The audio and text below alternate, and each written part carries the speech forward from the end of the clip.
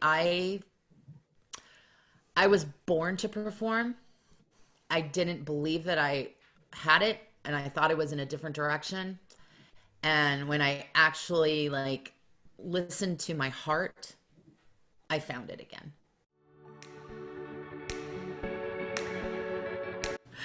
Hi, my name is Johanna Carlisle-Zepeda. My pronouns are she, her, hers, and I am a professional theater actress. I am also a proponent of new works, and I have done directing and hair and makeup. And I am a member of Actors Equity. When I was 17, I wanted to be an opera singer. I studied classical, and I never dreamed in a million years that I would be doing predominantly musical comedy and alternative theater as a profession. I have had quite a few obstacles over the course of my many years, over my history, including diverting into different careers. For almost 20 years, I worked in corporate America for a hotel software company. And I thought that I was comfortable settling and moving away from my passion and my drive of theater. And looking at where I've been and what I've gone through and what I have done, it has made me an even stronger person, an even stronger performer.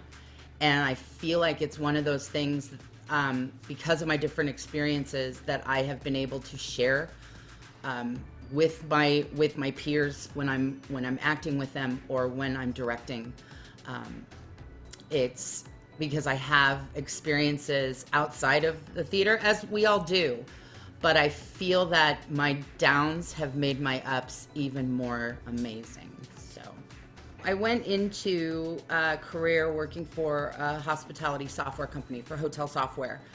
And it was originally only going to be a 6-month gig because I was saving money to go to New York and try and be an actor in New York City. And within a few weeks of starting this job, I found out I was pregnant with my son.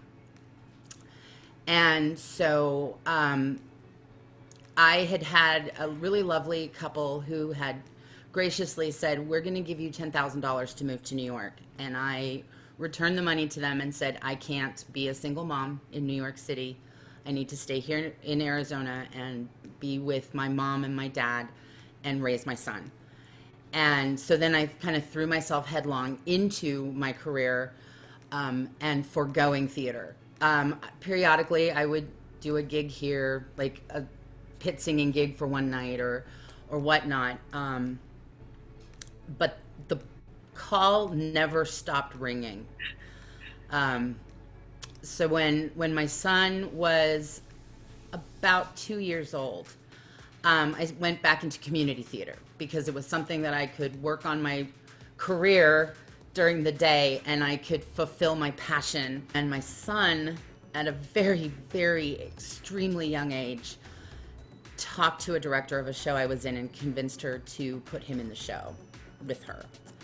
So now I was balancing a career of my own that I did not want to be in with a child who was passionate about the arts like I was. And I was trying very hard to show him that you can balance a real life job and have this hobby. And it started to whittle away at me. The more I thought about it, the more I really, really wanted to be answering that call. And doing community theater was lovely, but it wasn't what I wanted. And of course, the fear of monetary, like how do you survive with a child and be an actor? So it was really for quite some time, I still kept, the drive was to work on my hospitality career because that was a steady paycheck and it was steady income. And then I had an experience with a boss of mine in my regular job. And I had an opportunity to do a show called Always Patsy Cline. And I went into her office and I said, this will be just a one-time thing, but it's an equity contract, and I've dreamed of being in the union, and I just want to be able to like fulfill this one time. And she said yes, and she worked with me to still keep my career with her group and do this theater thing. And when all was said and done, she said, you need to be doing this other thing. She said, I love you in my group. And I loved her for that. I ignored her for that. I still tried to do my best with my other job, and it just resonated with me. And a few years later, I gave my notice to a company that I'd been in for almost 20 years. And I took the plunge to be a full-time actor. I also had a very, very, very wonderful partner who was supportive of making that decision. And when we sat down and we talked about it, and I said, are you sure? And he said yes. And so here I am, going on 7 years of being a full-time 100% actor. And it has been difficult monetarily, because a lot of places don't want to pay you what we should be paid. I sometimes have questioned whether or not I should be doing this again, just because there are months where I'm like, I'm not sure I can pay my share of the bills. And then something happens that reminds me why I have had this calling and why I am doing what I'm doing. And it's okay. I do wish that more places were inclined to pay us what we deserve, but I feel like that is changing, and it's starting to happen more and more. Over the last few years, I was asked to participate in a reading of a new work called Americano, about a young man named Antonio Valdovinos, Tony. He is a young man who's in the DACA program, and he lives here in Phoenix. And they asked me to play his mother, Felicitas Valdovinos. Over the next 2.5 years, we did numerous workshops and numerous readings, and we turned the show into something amazing. And a story about a young man who did not know that he was, didn't know he was an American until he tried to join the Marine Corps.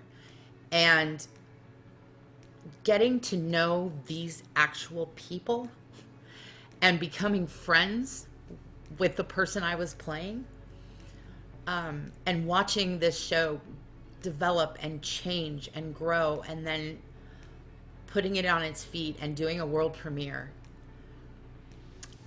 was monumental for me. It was the last time I was on stage. And if it were to be the last time I would ever be on stage, I feel like it was the best work of my life, because I put my blood, sweat, and tears into it. And I grew as a human being, being able to be a part of the development and be a performer in this show. I am in the process of trying to put together a show that I call The Con Artist, because I feel that I conned myself into this career. I didn't go to school to be an actor. I didn't learn. I've never taken an acting class. I learned this craft through other means. So my story, which is that as a very, very, very young human being, I loved to mimic. I would love to put on shows for my family. By the time I was 3, I was memorizing arias. I knew the entire score to Hello Dolly, The Sound of Music, The King and I, and I would perform them from my family. Television variety shows were really big. So I would watch Carol Burnett religiously. The Sonny and Cher show, Ethel Merman's specials, just all these variety shows. And I would mimic what they would do. I would sing like they would sing. I would try out different comedy things. I learned British accents from watching Monty Python. And I took that and applied it to trying to be a kid actor. The course of time, I decided that I just really wanted to be an opera singer. And what was great in my mind was opera singers didn't have to really move. Like, you just stood and sang. And and it was great. And so that's what I went to college for. I went to college to be an opera singer. So I studied vocal performance, and my degree is in music. I did not participate in theater in college. I did do high school theater briefly. And then when I graduated from college, I auditioned for conservatories, and I didn't get in. But I did audition for some opera companies, and I got in to some of these opera companies in their choruses.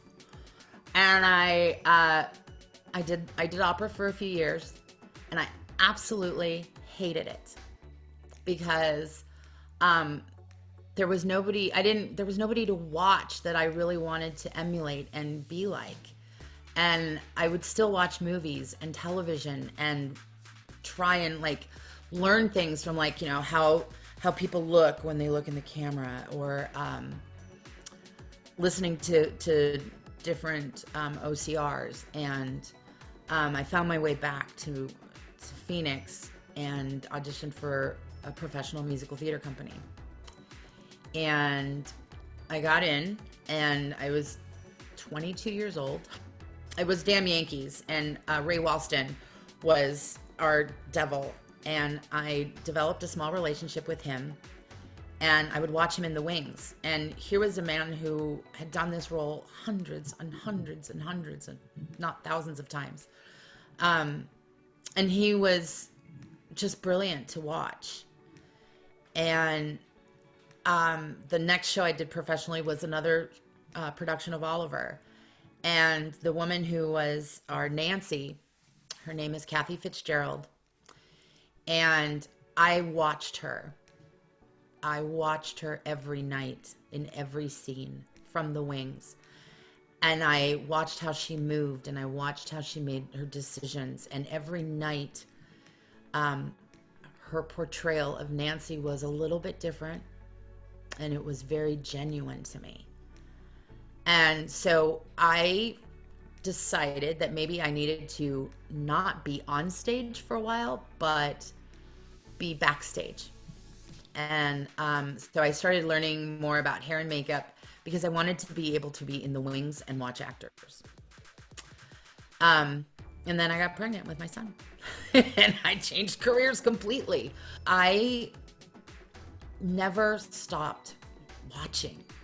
Whether I was in an audience watching someone or able to be on stage, I would always watch my peers. And that's how I learned how to be a performer, was watching. I still think that Carol Burnett is one of my greatest influences. Ethel Merman is a huge influence to me. Cher has comedic timing that's just insane. But Kathy Fitzgerald, definitely, she did something, she just moved my soul. And I think that during the time when I was working for my company and not doing theater, I would think about her. And she took a huge leap by leaving Arizona and going to New York. And I went and saw her when I was pregnant with my son, and it was her first Broadway show. And I told her that I had stopped doing theater, and she said that I was a very huge shame because she felt that I had a lot to offer. And I told her that right now I needed to focus on being a mom. And years later, God, I'm getting all weepy, sorry. Years later, I did Gypsy, and she was our Mama Rose. And she was now a mother herself. And she told me that she completely got it. She understood why I had to stop. And she was very grateful that I didn't stop fully. And we would share stories about what it was like to be raising a kid and going off stage because you got to, feed your toddler, or she would have to run off stage so she could nurse her baby. My first life-changing thing I wanted just to tell you about, when I was 11 and I met Joyce Lopez Powell, and it was our first tech day. Joyce had us all seating in the audience, and she sat down with us and she said, for some of you, this is your first time experiencing a technical day. For some of you, you're professionals at this. You've been doing youth theater forever. And she goes, but I want you to know that for those of you who are new, this is my lesson to you going into tech. While all of you were in church on Sunday morning, I was here making sure that everything was ready for us to start our day when you got here at 1 p.m. This building is my church.